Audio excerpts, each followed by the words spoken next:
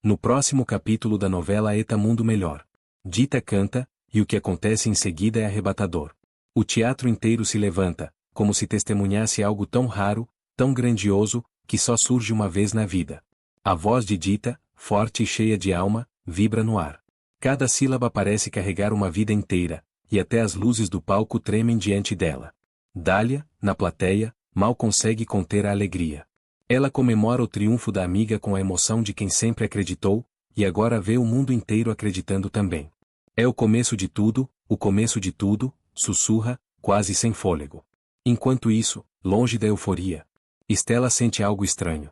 A baronesa de Champ aparece demais, pergunta demais, observa demais. O olhar dela atravessa, incomoda, como se tocasse algo que Stella tenta esconder. E então o corpo reage. A tontura vem como uma onda. Túlio, atento e preocupado, a segura imediatamente e a acompanha até em casa, quase como um guardião silencioso. Antes de continuar, clique no botão de gostei, se inscreva no canal. E comente de qual cidade você assiste a novela. Zulma, por sua vez, está trancada no quarto, mergulhada em seus próprios cálculos. Ela mede tecidos, testa enchimentos, observa cada detalhe no espelho. A farsa da falsa gravidez precisa ser perfeita. Mas o problema é outro. Celso percebe que Stella anda desconfiada demais da baronesa. E quanto mais Stella investiga, mais o plano de Zulma corre perigo. Asdrúbal e Manuela, aflitos, imaginam a reação de Dita quando souber da suposta gravidez. Eles sabem que a notícia vai cair como uma pedrada no coração da artista, justo no momento em que ela mais brilha. E o caos não demora. Durante a aula, Samir dispara, sem pensar, que Zulma está esperando um bebê de Candinho. A sala inteira congela. O comentário cai como um trovão. Joaquim, sempre atento, arregala os olhos, e começa a juntar peças em silêncio. Quando a notícia chega aos ouvidos de Candinho, o chão balança. O estômago se revira. A dúvida, o medo, a culpa, tudo se mistura. Mas ele sabe de uma coisa: precisa falar com Dita, e precisa ser agora. Se não fizer isso, talvez nada mais possa ser consertado. Sandra, por sua vez, começa a sentir o mundo desabar sob seus pés. O disfarce construído com meses de manipulação, frieza, e mentiras milimetricamente calculadas, começa a ruir. E o pior, pelas mãos de alguém que ela nunca considerou uma ameaça real. Olga, antes dada como morta, enganou meio mundo e ressurgiu como a poderosa baronesa Dean. Sandra acreditava que aquela nova identidade era seu escudo perfeito. Poder, status, reverência pública, liberdade para circular entre a elite sem levantar suspeitas. Mas ela não contava com o faro afiado e a ambição explosiva de Olga. A loira está obcecada em consolidar seu novo status. Quer ser vista, comentada, celebrada. E por isso prepara uma jogada que colocará São Paulo inteira em polvorosa. Uma doação milionária ao hospital, apresentada como um gesto generoso da suposta baronesa. Mas tudo não passa de encenação. Sandra quer holofotes, e quer apagar qualquer traço da patricinha mimada que um dia fugiu da polícia e da própria vergonha. Ela mandará preparar uma carruagem exuberante, quase um monumento ambulante. Puxada por cavalos adestrados, adornada com flores importadas e tecidos nobres, tudo pensado para impressionar até quem não quer ser impressionado. Ernesto, cúmplice fiel e comparsa de todas as horas, estará ao lado dela ajustando cada detalhe da encenação, como se fosse a estreia de um espetáculo milionário. A vilã exigirá um figurino impecável. Um vestido longo, arrastando pelo chão, como se carregasse todo o passado que ela tenta enterrar. Uma peruca volumosa, escondendo cada traço reconhecível. E um tapa-olho estratégico, calculado para apagar qualquer ameaça de identificação. Cada peça compõe a nova persona que ela pretende vender ao mundo. A mítica baronesa de Champs, uma estrangeira riquíssima, cercada por um passado trágico e uma fortuna que ninguém ousa questionar. Mas enquanto o casal ensaia falas, poses e sorrisos, um perigo silencioso se aproxima. Olga, irritada por ter sido enganada por Ernesto e faminta pelo emprego prometido, decide ir atrás de respostas, e de dinheiro. Convencida de que Ernesto abriu portas para ela, a jovem vai direto à nova casa do casal. O que ela não espera é o que encontra logo na entrada. Ali, parada diante dela, está alguém impossível de estar ali. Viva, elegante, e vestida como uma aristocrata europeia saída de um quadro do século X. O choque é instantâneo. Olga sente o ar sumir. O estômago embrulha. Um grito quase escapa ao reconhecer a mulher que deveria estar morta. Sandra congela por um segundo, apenas um, mas o suficiente para entender o tamanho da ameaça. A tensão preenche aquela sala estreita como fumaça espessa. E quando Ernesto tenta entrar, quase tropeça ao perceber a cena que se formou. Ali, naquele instante, o castelo de cartas da vilã balança perigosamente. Mas Olga não é ingênua. A jovem percebe rápido que tem uma mina de ouro nas mãos. E com um sorriso torto, começa a insinuar exatamente isso. Ela diz que sabe muito bem quem Sandra é. Diz que ninguém volta do mundo dos mortos sem pagar um preço. Diz que pode ganhar muito, mas muito dinheiro, guardando esse segredinho. E deixa claro que, se não receber o que quer, a cidade inteira saberá da falsa morte, do golpe e da armação contra Candinho. Sandra, porém, é mais venenosa do que cobra em toca seca. Em segundos, recupera o controle. O olhar fica frio, calculista, cortante. Ela se aproxima de Olga devagar, como um predador observando uma presa atrevida. E fala baixo, com uma calma que dá medo. Promete tudo, emprego, dinheiro, futuro. Promete mundos e fundos. Mas entre cada promessa, surgem ameaças sutis, afiadas como lâminas invisíveis. Sandra diz que pode transformar a vida de Olga para o bem, ou para o mal. Diz que sabe de cada passo que ela deu nos últimos meses. Diz que conhece seu passado, sua fragilidade, suas necessidades. E que tudo isso pode ser facilmente virado contra ela. Encurralada, com suor frio na testa, e as pernas tremendo, Olga entende que está diante de alguém capaz de tudo. E talvez, o melhor seja aceitar o acordo antes que seja tarde demais. Entre medo, ganância e um instinto de sobrevivência quase animal, Olga se rende. E assim, se torna a mais nova cúmplice do casal de golpistas. A partir desse instante, Olga será oficialmente integrada ao núcleo mais sujo da trama. Sandra a instruirá pessoalmente, olhando nos olhos, explicando cada passo, cada alvo, e deixando claro que dessa vez o plano é mortal.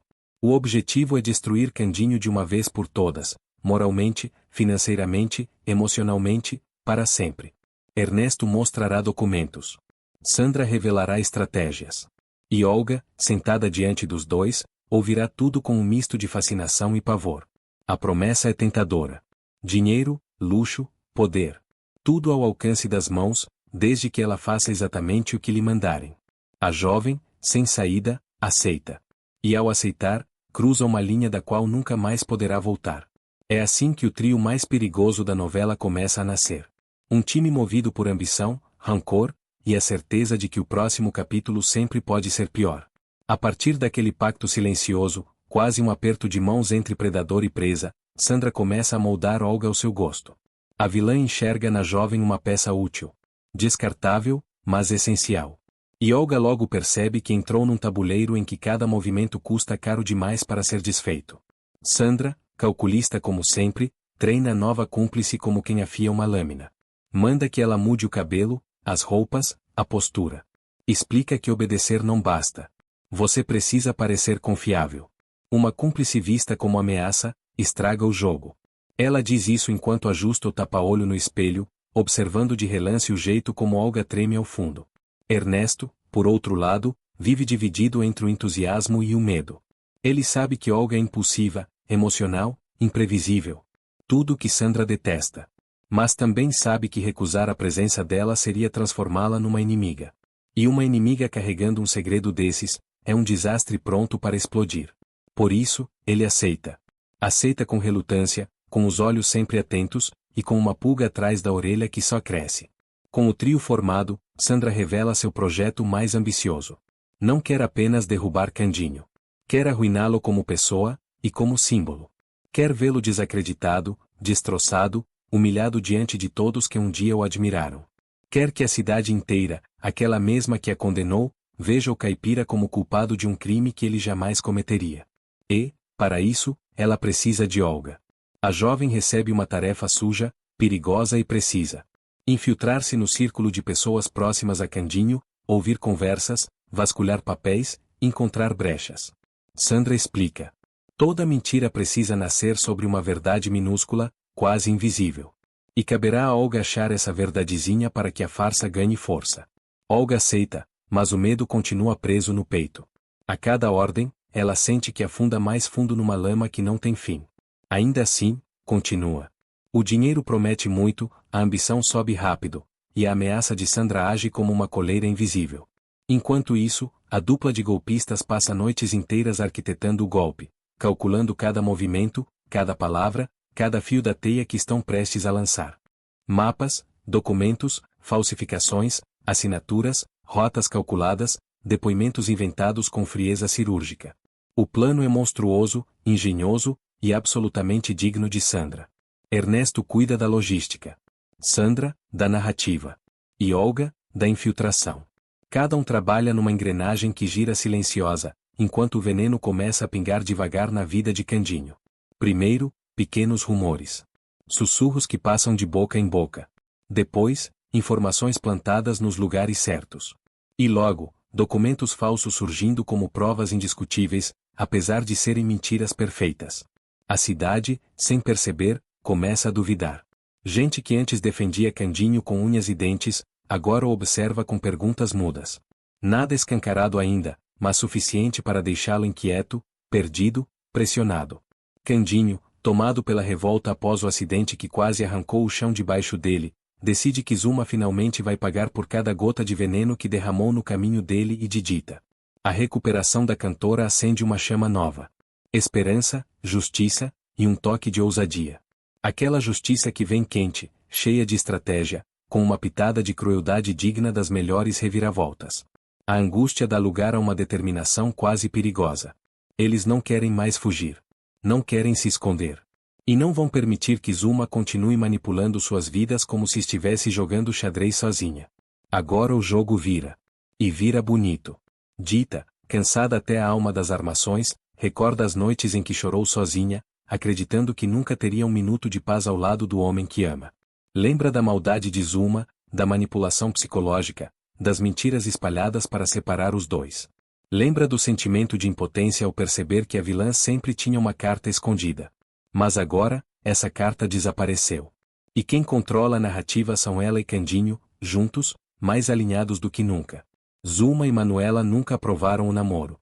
Tia Clara acabou cedendo, enxergando a sinceridade daquele amor, a força que sustenta cada gesto, cada promessa. Mas Zuma nunca suportou a ideia de perder Candinho. A posse dela é cega, doentia, quase patológica. Zuma quer Candinho para si. E se fosse preciso derrubar o mundo inteiro para ficar com um pedaço dele, ela derrubaria. Por isso, quando Candinho percebe que só revelar a verdade não basta, decide que a queda de Zuma precisa ser exemplar. Precisa ser pública. Precisa ser avassaladora. É aí que surge um nome improvável, Asdrubal. O sujeito bonachão, meio irolado, mas sempre pronto a entrar numa confusão quando é por uma boa causa. Ele será peça-chave para atrair Zuma ao cenário perfeito, a fábrica de biscoitos. Asdrubal irá até a Casa dos Anjos em plena tarde, numa entrada teatral que só ele sabe fazer. Chegará falando alto, quase tropeçando, mas com um discurso tão bem ensaiado que até um santo desconfiaria, e ainda assim acreditaria. Ele anunciará que uma grande parceria está sendo montada entre a Casa dos Anjos e a fábrica. Algo que colocará o nome da instituição num patamar ainda mais respeitável. Que trará visibilidade, recursos. E, claro, uma posição de liderança para Zuma. Se existe uma palavra que Zuma não resiste, é essa. Liderança. Manuela, sempre mais cautelosa, congela por um segundo, há algo no discurso de Asdrubal que cheira a truque. Mas Zuma nem pensa. O brilho nos olhos dela surge instantâneo, quase febril. A vilã sente o ego inflar como se, finalmente, o mundo estivesse reconhecendo aquilo que só ela acredita que é verdade, a sua suposta importância. Ela aceita a reunião na hora. Sorriso torto. Vaidade transbordando. Aquele ar de eu sabia que um dia todos iriam se curvar. A cena muda para a fábrica de biscoitos. O galpão está silencioso demais. Máquinas desligadas. Funcionários posicionados como peças num xadrez mortal. Cada um segurando o fôlego, esperando apenas o momento em que Candinho dará o sinal. A atmosfera é densa, quase sufocante. O eco dos passos parece aumentar a tensão, como se o próprio chão denunciasse que algo está prestes a acontecer. Zuma chega com aquela postura de quem já se imagina sentada num trono. Olha ao redor com superioridade, como se estivesse inspecionando o seu novo reino. Nem percebe que aquele terreno frio guarda memórias de suor, luta e dores que ela mesma ajudou a causar. E é ali que Candinho entra em cena. Do alto da escada metálica. Olhar duro. Respiração controlada. Postura de quem deixou de ser vítima há muito tempo. Logo atrás dele, Dita. Firme. Serena. Intacta por dentro, apesar de todas as quedas. Não é o medo que a move, é a coragem que ela aprendeu a cultivar nas próprias cicatrizes. O ambiente pesa. Zuma tenta sorrir. Tenta parecer surpresa. Tenta manter o controle. Mas um músculo do rosto treme, denunciando que a alma dela pressente a queda. Candinho começa a falar. Baixo. Contido. Mas cada palavra dele cai no ar como um martelo batendo em ferro quente. Ele lembra tudo. Com detalhes cruéis de tão verdadeiros. O acidente. As manipulações. As mentiras. A perseguição do Intia. A forma como Zuma tentou se meter no destino dele e de Dita como se tivesse algum direito sobre a vida dos dois. E o mais devastador. Zuma nem imagina que aquilo é só a superfície. Candinho preparou provas. Testemunhas. Registros. Tudo que ela tentou esconder, soterrar, apagar, distorcer. Vai ressurgir ali, naquela fábrica, diante de todos. Como fantasmas exigindo acerto de contas. Asdrubal, no papel mais ousado da vida, conduz Zuma até o ponto exato onde todos podem ouvir. E solta um elogio tão exagerado que qualquer pessoa sensata perceberia a farsa de longe. Zuma é fundamental para o crescimento moral da Casa dos Anjos. Até ele quase engasga dizendo isso. Mas Zuma? Zuma engole a frase como se fosse mel.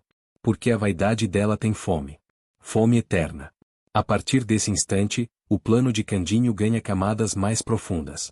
Ele chama funcionários que foram queimados pelas intrigas de Zuma. Chama pessoas que sofreram com suas armações silenciosas. Chama todos aqueles que, de alguma forma, carregam cicatrizes deixadas por ela. Dita, com a voz firme, expõe detalhes do dia do acidente. Revela conversas que ninguém sabia que existiam. Pedaços da verdade que, antes, pareciam pequenos demais, mas agora se unem como um mosaico devastador. E então, vem o golpe final. Candinho finalmente revela o que estava guardado no ponto mais fundo da ferida. O verdadeiro objetivo de Zuma. Não era só separar ele e Dita. Nunca foi. Zuma queria tomar o lugar da cantora. Queria ocupar cada espaço que não lhe pertencia. Queria arrancar o coração dele à força, custasse o que custasse, mesmo que precisasse transformar a vida dos dois num campo de guerra. O ar pesa. Zuma perde a respiração por um instante, como se alguém tivesse puxado o chão sob seus pés. A máscara dela racha. Visivelmente. O olhar dela vacila. A boca se contrai. O corpo inteiro parece miar um pedido de socorro que ela jamais admitiria em voz alta. Candinho respira fundo. Está pronto para tornar público o segredo mais vergonhoso da vilã. E é aí que a tensão se dobra, se expande, se instala como uma corrente elétrica no ar. No exato momento em que Zuma entende que está encurralada, algo dentro dela estala. Não é arrependimento. Não é remorso. É pânico. Puro. Cru. Devastador. Ela tenta rir. Tenta desdenhar. Tenta diminuir tudo, como sempre fez. Mas a voz não acompanha. Sai trêmula. O olho foge. A postura desaba. O corpo dela entrega antes mesmo da boca inventar uma desculpa. Candinho não recua. Dita muito menos. Cada segundo transforma a fábrica num tribunal silencioso, onde cada respiração pesa como sentença. Asdrubal dá o passo final. Sem fazer teatro dessa vez. Entrega nas mãos de Candinho um envelope grosso, lacrado, que ele recebeu de uma fonte anônima. O tipo de envelope que ninguém quer ver numa cena como essa. A partir dali, a queda de Zuma deixa de ser suspeita. Vira fato. Candinho abre o envelope devagar. Quase cruel. Quase poético. Deixa o suspense se espalhar pelo galpão, enchendo o peito de todos com expectativa. Zuma empalidece. As provas que ela jurava que nunca existiriam. Estão ali. Ela tenta arrancar o envelope das mãos dele, desesperada, mas Candinho afasta com firmeza. E expõe tudo. Cada golpe. Cada armação. Cada veneno que ela plantou. A vez em que espalhou mentiras para afastar Dita. O dia em que tentou manipular Manuela contra o romance. As tentativas de sabotar apresentações da cantora. E por último, o golpe que ninguém esperava. Provas de que Zuma rondou a fábrica nos dias antes do acidente. A reação é imediata. Funcionários murmuram. Olhares de choque se cruzam. Mãos cobrem bocas. Pessoas se encolhem, incrédulas. Zuma tenta negar.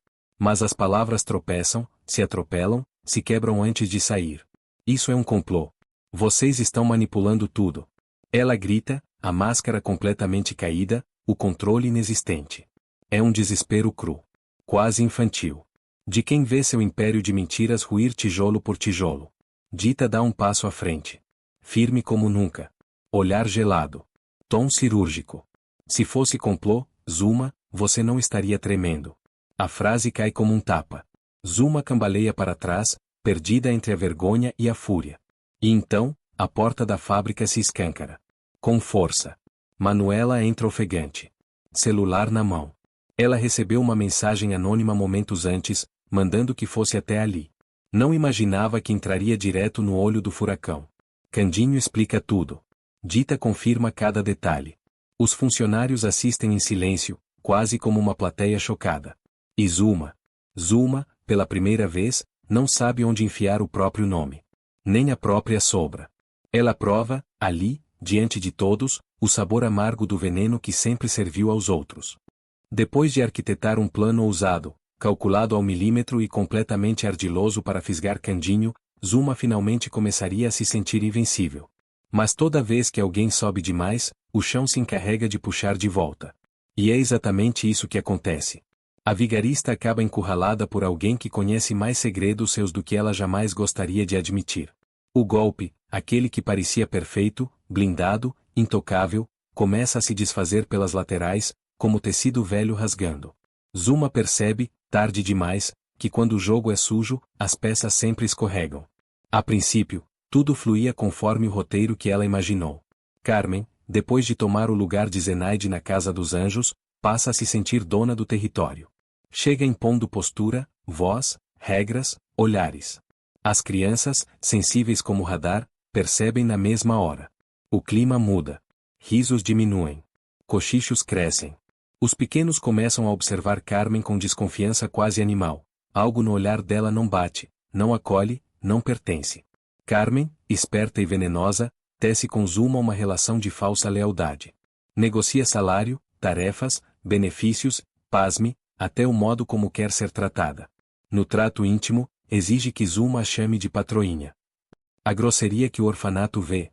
Nos bastidores vira pacto sujo, costurado com segredos pesados demais para circular em voz alta. Zuma, iludida, acredita que está no controle. Como sempre. É então que ela decide avançar o plano principal. Forja para Candinho a falsa notícia de que está grávida dele. Usa expressão dramática, lágrimas ensaiadas, voz trêmula medida em laboratório. Tudo calculado para prendê-lo numa armadilha emocional. Candinho fica transtornado. O mundo dele vira fumaça. Não pela suposta paternidade, mas pelo que Dita sentiria ao saber da mentira. Só mencionar o nome da amada faz o coração dele disparar. O medo ocupa o rosto dele inteiro. Zuma, porém, está convicta de que finalmente virou o jogo. Para ela, nada mais poderia dar errado. Até que as crianças decidem presentear Carmen. Presentear, claro, do jeitinho nada doce que só criança desconfiada sabe fazer. Ao abrir a caixinha, Carmen solta um grito que rasga a casa inteira. Um sapo salta lá de dentro. O caos se espalha. Criança correndo. Carmen pulando como se o chão estivesse em brasa. O sangue ferve no corpo da nova cuidadora. Ela perde totalmente a pose. E em vez de tentar se adaptar, ela simplesmente abandona o cargo. Sai porta afora. Furiosa. Humilhada. E pior, carregando consigo tudo o que sabe. E é aí que o castelo de cartas de Zuma cai mais um pouquinho. Sem Carmen, a vigarista precisa engolir o orgulho e correr atrás de Zenaide, sua antiga funcionária, que volta ao posto sob aplausos e abraços das crianças. A alegria é imediata. A harmonia retorna. E Zuma sente que o controle, aquele que ela achava firme nas mãos, começa a escapar por entre os dedos. A pressão cresce. Mas Carmen não desaparece assim tão fácil. Mesmo fora do orfanato, ela reaparece. Fria. Objetiva. Com um olhar que denuncia cálculo e ameaça. E deixa claro, sem rodeios, sem suavidade, sem espaço para mal-entendidos. Ela veio cobrar. Caro. Porque sabe demais. E agora é a vez dela ditar as regras. Carmen não perde tempo. Aproxima-se de Zuma com aquela calma venenosa de quem carrega a verdade como arma, e dispara. Ela lembra, sem rodeios, que foi ela quem preparou a poção do amor usada para dopar Candinho naquela noite em que os dois supostamente ficaram juntos. Sem essa poção, Zuma jamais teria conseguido manipular o rapaz. Jamais teria conseguido fazê-lo acreditar que algo íntimo realmente aconteceu. E agora, Carmen quer pagamento. Um pagamento alto. Não dinheiro, pelo menos não apenas dinheiro, mas influência, favores, proteção, e acima de tudo, silêncio. Carmen revela que mantém provas. Provas do que fez. Provas do que Zuma planejou. Provas de detalhes que a vigarista sequer imaginava que alguém pudesse ter notado. A antiga aliada vira ameaça, e a chantagem se torna explícita. Se Zuma não lhe der vantagens, conforto e benefícios, toda a farsa virá à tona. A reação de Zuma é imediata. Ela empalidece. A boca seca. A mente corre tentando encontrar saída. Argumenta, implora, oferece migalhas. Mas Carmen permanece firme. Quase debochada. A mulher avança devagar, como predadora experiente. Conhece cada fraqueza da presa. Sabe exatamente qual jugular apertar. E então revela o golpe mais duro. Ela viu Zuma preparar a mentira da gravidez. Viu o truque.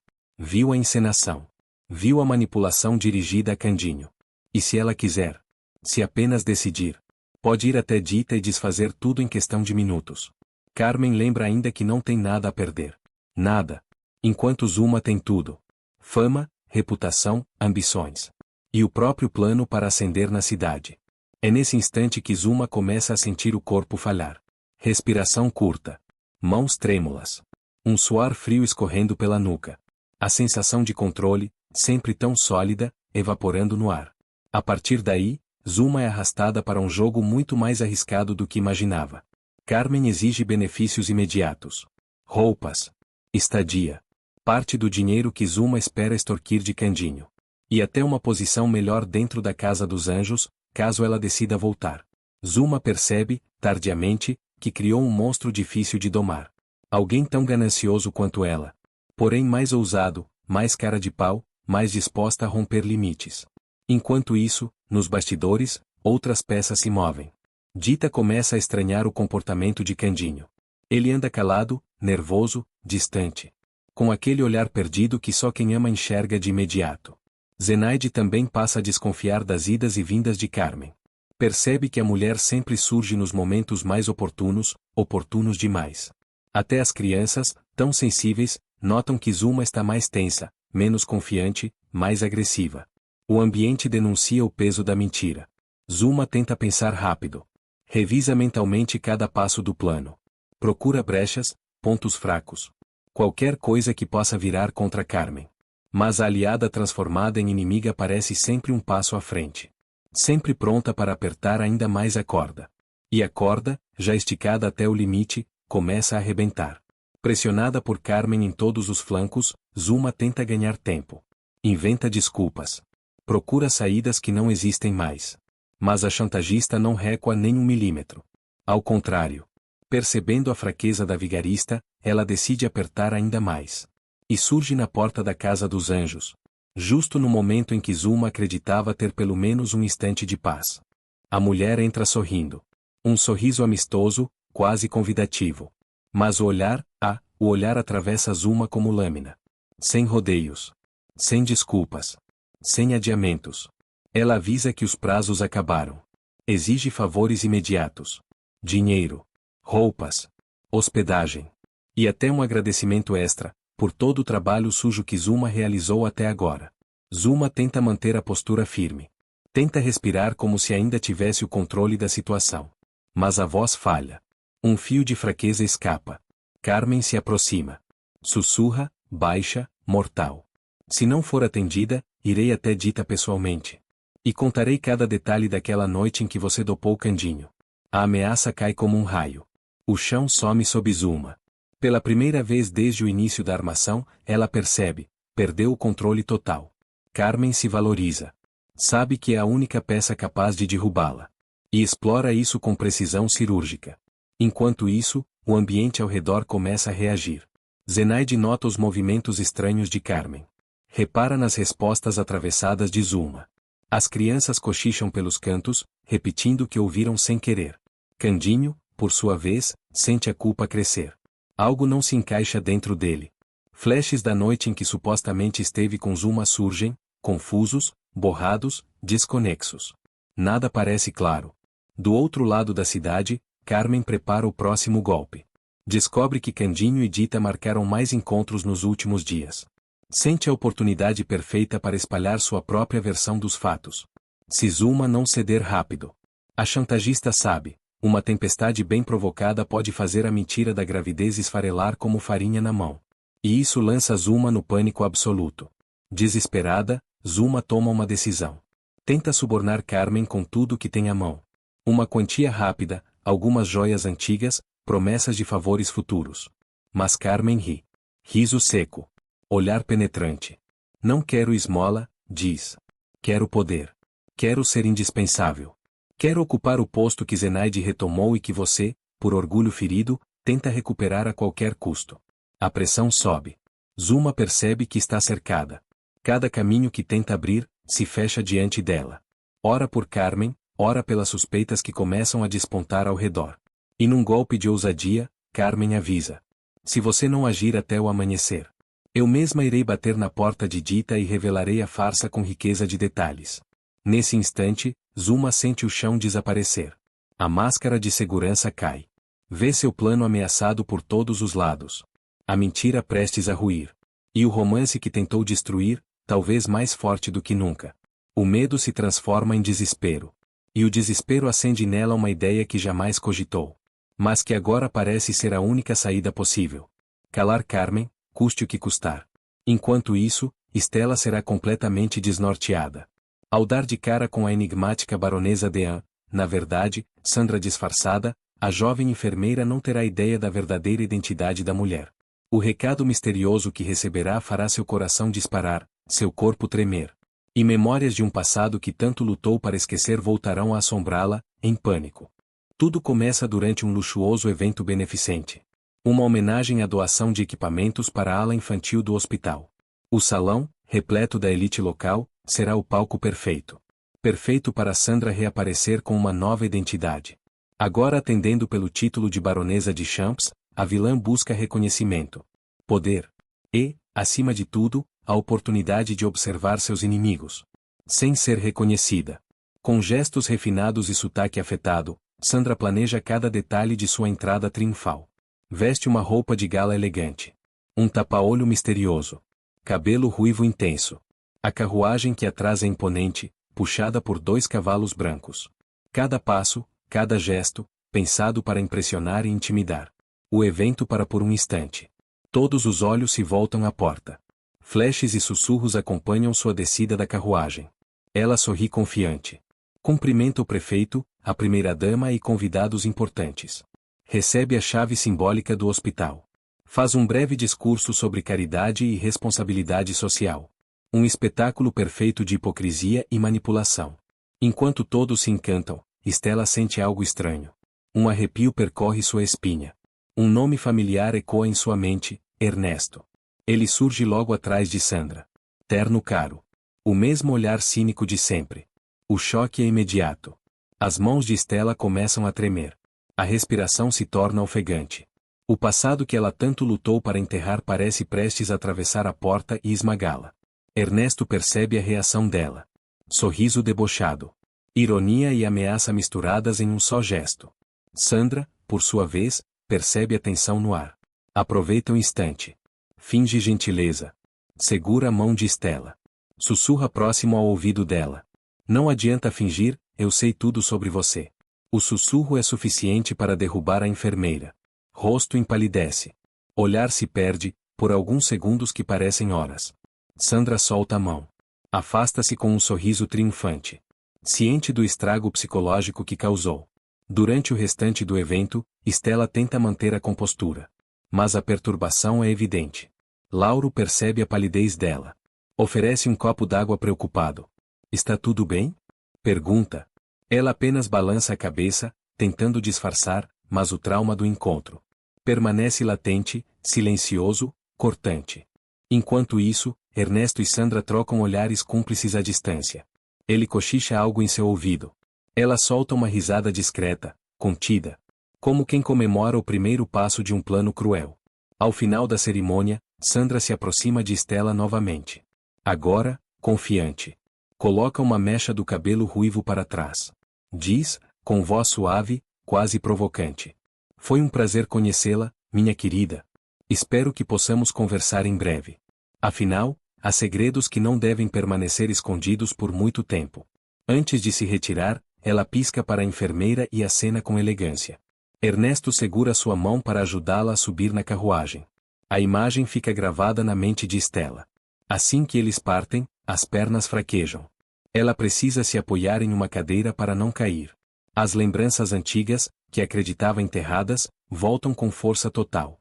O coração dispara. A sensação de estar sendo observada acompanha até o fim da noite. De volta à sua casa, Stella não consegue dormir. Relembra cada detalhe da noite. As palavras sussurradas por Sandra. O olhar de Ernesto, cheio de ironia e ameaça. Em um momento de desespero, pega uma antiga caixa de madeira no fundo do armário. Dentro dela, cartas, fotos, documentos. Tudo que conecta seu nome a um passado sombrio que julgava esquecido. E que Sandra aparentemente descobriu. Chora silenciosamente.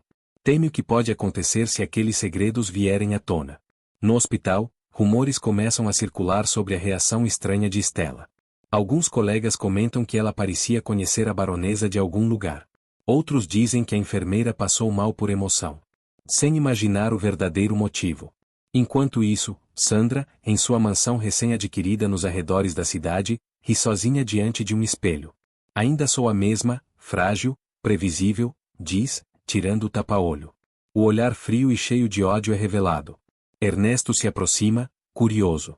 O que pretende fazer agora? Pergunta. Sandra responde com um sorriso perverso. Por enquanto, vou me divertir vendo o medo nos olhos dela. Depois, veremos até onde Stella pode aguentar.